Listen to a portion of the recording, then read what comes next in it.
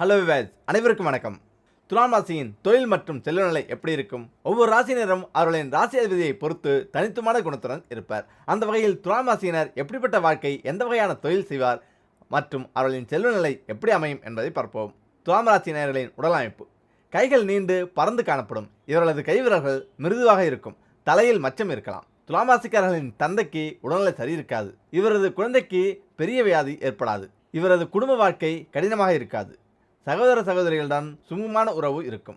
வியாழக்கிழமை அதிர்ஷ்டத்தனமாகும். தொழில் வளம்: துலாம் ராசிக்காரர்கள் சிறந்த வியாபாரிகளாக இருப்பார். இரும்பு, தங்கம் போன்ற வியாபாரங்கள் சிறப்பாக இருக்கும். துணி தொடர்பான வியாபாரங்கள் சிறப்பாக இருக்கும். துலாம் ராசிக்காரர்கள் எந்த பணியில் இருந்தாலும் அங்கு சிறப்பான பதவியில் இருப்பார்கள். அப்படியே இவர்களது சிறப்புத்தன்மை வெளிப்படும். வழக்கறிஞர், இசைக்கலைஞர், நடிப்புத் துறையில் பெயர் பெற வாய்ப்புண்டு. 5 வயதிலிருந்து 20 வயது வரை இவர்களது வாழ்க்கை இன்பமாக இருக்கும். 21 முதல் 30 வயது வரை பல துன்பங்கள் ஏற்படும். அதன் பின்னர் மீண்டும் சிறப்பான வாழ்க்கை தான் இருக்கும். எப்போதும் அடாவடியாக பேசிக் கொண்டிருக்கும் துலாம் ராசிக்காரர்கள் யாரும் எதிர்கொள்ளாத புதிய அனுபவங்களையும் நிகழ்ச்சிகளையும் எதிர்கொள்வர். இவர்களுக்கு மற்றவர்களை எளிதில் கவரும் ஆற்றல் உள்ளது. துலாம் ராசிக்காரர்களுக்கு நீல நிறம் அதிர்ஷ்டமாகும். நீல நிறம் உடைய ஆடைகளை அணிந்து வந்தால் எதிலும் சுபம். துலாம் ராசியின் அதிபதி சுக்கிர பகவான் ஆவார். துலாம் ராசியில் சித்திரை நட்சத்திரத்தின் 3 4 மாதமும் சுவாதி விசாக நட்சத்திரத்தின் 1 2 3 மாதங்களும் இதில் அடங்கும். துலாம் ராசிக்காரர்கள் தங்களை அழகுபடுத்திக் கொள்வதில் ஆர்வம் அதிகம் கொண்டவர்கள். விதவிதமான ஆடை ஆபரணங்களை அணிவதில் விருப்பமுடையவர்கள். இவர்கள் உயர்ந்தவர் தாழ்ந்தவர் என்கிற வேறுபாடு பார்க்காமல் எல்லோரிடமும் சமமாக பழகுவார்கள். நீதி நேர்மைக்கு அதிக முக்கியத்துவம் கொடுப்பார்கள். மற்றவர்களை எடைபடுவதில் வல்லவர்கள். எவ்வளவு இக்கட்டான சூழ்நிலையிலும் சந்தோஷமாக இருப்பதையே விரும்புவார்கள். எல்லா விஷயத்தையும் அலசி ஆராய்ந்து ஒரு முடிவுக்கு வருவார்கள். எடுத்தோம் கவிழ்த்தோம் என்று எதையும் செய்ய மாட்டார்கள். இவர்கள் ஒருவருக்கு வாக்கு கொடுத்து விட்டால் அதை எப்பாடுபட்டாயினும் செய்து முடித்து காட்டுவார்கள். தோல்விகள் வந்தால் தோண்டு போக மாட்டார்கள்.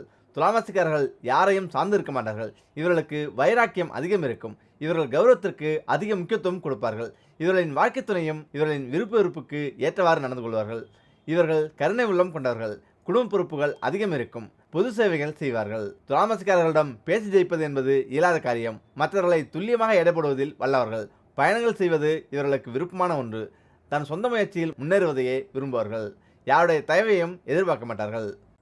உங்கள் ராசிக்கு யமதர்மராஜா கூறியுள்ள மரண ரகசியங்கள் இதுதான். நாம் நிரந்தரமாக வாழப்போவது இல்லை என்பதையும் என்றாவது ஒரு நாள் மரணத்தை தழுவுவோம் என்பதையும் நாம் அனைவரும் அறிவோம். காலகடிகாரத்தில் மரணம் பணக்காரனாக இருந்தாலும் சரி, ஏழையாக இருந்தாலும் சரி, அனைவரும் சமமே. மரணம் பற்றிய பேச்சு வரும்போதெல்லாம் அதனை பற்றிய உரையாடலில் சுவாரஸ்யம் அதிகரிக்கும். அதற்கு காரணம் அனைவருக்கும் அதனை பற்றி தெரிந்து கொள்ள வேண்டும் என்ற ஆசையே. மரணத்தின் பின்னால் மறைந்திருக்கும் ஆழமான ரகசியங்களை பற்றி நாங்கள் கூறப்போகிறோம். இதனை உயர்த்தி காட்டியது வேறு யாருமல்ல, மரணத்தின் கடவுளான யமதர்மராஜனே. பழங்கால சமயத்திரு நூல்களின்படி மரணம் மற்றும் ஆத்மா பற்றிய ரகசியங்களை நாச்சிகேட்டா என்ற குழந்தையும் யமதர்மராஜனும் கலந்துரை ஆடினார்கள். நாச்சிகேட்டாவிடம் யமதர்மராஜா கூறிய மரணத்தை பற்றிய சில ரகசியங்களை பற்றி தெரிந்து கொள்ளலாம். நாச்சிகேட்டாவின் 3 வரங்கள். யமதர்மராஜனை சந்திக்க நாச்சிகேட்டா சென்றபோது அவரிடம் 3 வரங்களை அவன் கேட்டான்.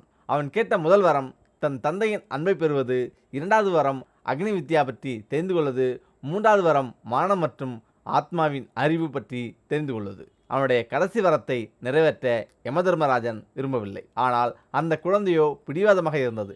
அதனால் மரணத்தை பற்றிய ரகசியங்களையும் மரணத்திற்கு பிறகு என்ன நடக்கும் என்பதையும் அவனிடம் தெரிவிக்க யமதர்மராஜன் சம்மதித்தார். சரி, யமதர்மராஜா கூறியுள்ள மரண ரகசியங்கள் என்ன?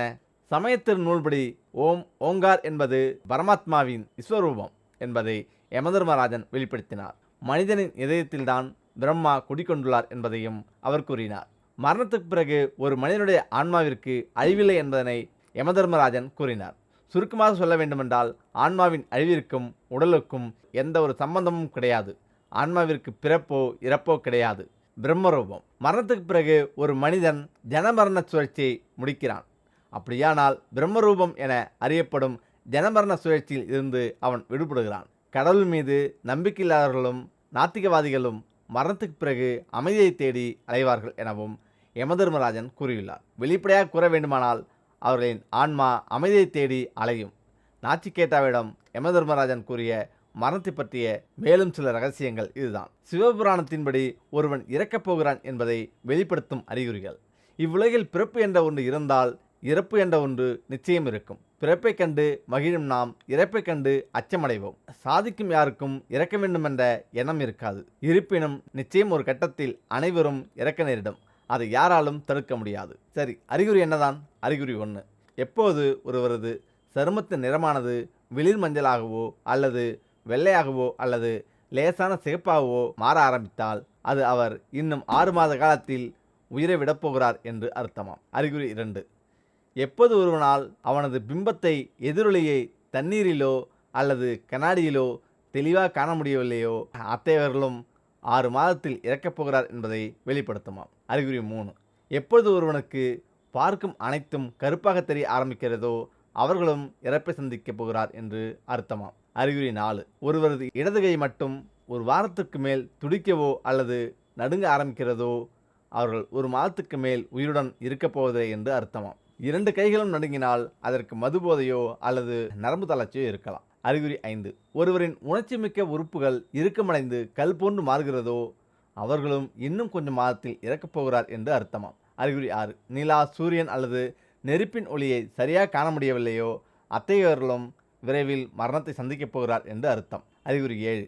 எப்போது ஒருவரின் நாக்கு வீக்கமடைந்து ஈறுகளில் சீர்கட்ட ஆரம்பிக்கிறதோ அவர்கள் இவ்வுலகில் நீண்ட நாட்கள் வாழப்போவதில்லை என்று அர்த்தம். அறிகுறி 8. ஒருவரால் வானத்தில் உள்ள போல் நட்சத்திரங்களை காண முடியவில்லையோ அவரும் 6 மாதத்தில் இறக்கப் போகிறார் என்று அர்த்தமாம். கண் தெரியாதவர்கள் அல்ல, கண் நன்றாக தெரிந்தவர்களுக்கு இது மாதிரி. அறிகுறி 9. சூரியன், நிலா மற்றும் வானத்தை பார்க்கும்போது அவை சிவப்பாக தெரிய ஆரம்பித்தால் அத்தகையவர்களும் விரைவில் மரணத்தை சந்திக்கப் போகிறார் என்று அர்த்தமாம். அறிகுறி 10. ஒருவரின் கனவில் ஆந்தையோ வெற்றிடமோ அல்லது கிராமம் அழிவது போன்றோ வந்தால் அவரும் மரணத்தை நெருங்கிக் கொண்டிருக்கிறார் என்று அர்த்தமாம். இது சொர்க்கம் 4 வகை இருக்கிறது.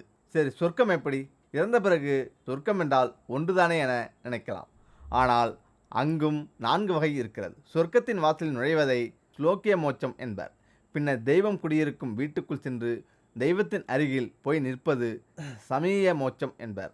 இதையடுத்து அந்த தெய்வத்தை கண்டா கண்கொட்டாமல் பார்த்து அப்படியே உருகி அந்த தெய்வ உருவமாகவே மாறிவிடுவது சரூபிய மோட்சம். அந்த தெய்வத்துடன் ஒன்றி அதனுடன் கலந்து விடுவது சயுஜ்ய மோட்சம். இவற்றையெல்லாம் பார்க்க வேண்டுமானால் இங்கே கொஞ்சமாவது புண்ணியம் செய்ய வேண்டும்.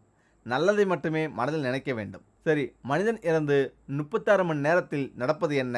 மனிதன் இறந்து 36 மணி நேரத்தில் ஈருக்கள் முட்டையிடுகின்றன. உடலில் 60 மணி நேரத்தில் லாவாக்கள் தோன்றுகின்றன, அதாவது புழுக்கள் தோன்றுகின்றன.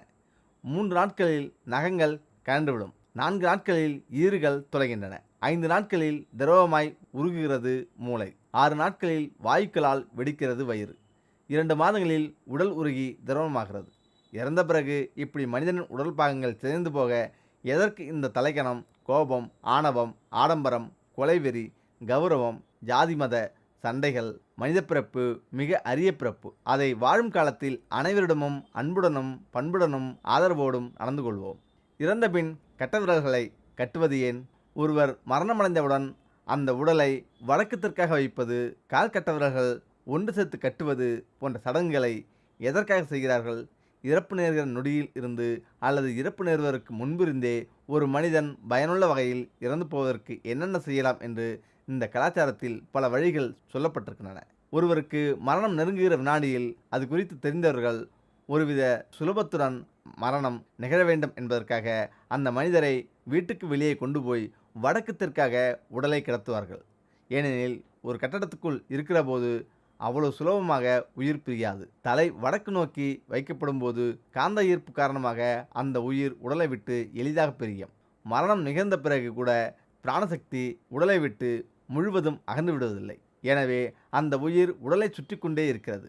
ஆனால் உடல் வடக்கு தெற்காக வைக்கப்பட்டு உயிர் பிரியும் போது அந்த உடலில் சில மாற்றங்கள் நிகழ்கின்றன.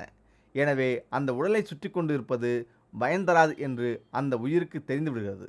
மற்ற சூழ்நிலைகளில் உயிரானது தொடர்ந்து உடலுக்குள் நுழைய முயற்சிக்கும். இந்த போராட்டம் அந்த இடத்தில் ஒரு விதமான சக்தியை ஏற்படுத்தும். இது இறந்து போன மனிதருக்கும் நல்லதல்ல, வாழ்கின்றவர்களுக்கும் நல்லதல்ல. இன்னொரு முக்கிய சடங்கு இறந்த மனிதரின் 2 கால் கட்டவிரல்களும் ஒன்றாக கட்டப்படுவது. பொதுவாகவே மரணம் நிகழ்கிற போது கால்கள் அகலமாக திறந்து கொள்கிறது. அந்த நிலையில் பின்புற துவாரம் திறந்திருக்கும். எனவே பிரிந்து போன உயிர் அந்த மூலாதாரம் வழியே உள்ளே நுழைய முயலும். அது அந்த உயிருக்கும் அந்த சூழலுக்கும் நல்லதல்ல. எனவே கால் கட்டவிரல்களை கட்டுவதன் மூலம் மூலாதாரம் மூடப்படுகிறது. யோகக்கிரிகள் செய்வதற்காக நீங்கள் கால்கட்டை விரல்களை ஒன்று சேர்க்கும்போது பின்புறத்துவாரம் இயல்பாகவே மூடிக்கொள்ளும். இதே தான் இறந்தவர்களுக்கும் செய்கிறார்கள். எனவே உடலை கைக்கொள்ளலாம் என்கிற அந்த உயிரின் முயற்சி இப்போது பலிக்காது. மூலாதாரம் திறந்திருக்கும் போது அந்த உடலின் உள்ளே நுழைய வேறு சில ஆவிகளும் முயலக்கூடும். மந்திரிக பயிற்சி மேற்கொள்பவர்களும் அந்த உடலை பயன்படுத்தக்கூடும். அப்படி அந்த உடல் வேறு விதத்தில் பயன்படுத்தப்பட்டால் அது பிரிந்து சென்ற ஆன்மாவை பல விதங்களில் துன்புறுத்துவதாக இருக்கும். அதனால்தான் ஒரு மனிதர் இறந்துவிட்டார் என்று தெரிந்ததும் அவரின் கால் கட்டவர்கள் ஒன்று செத்து கட்டப்படுகின்றன.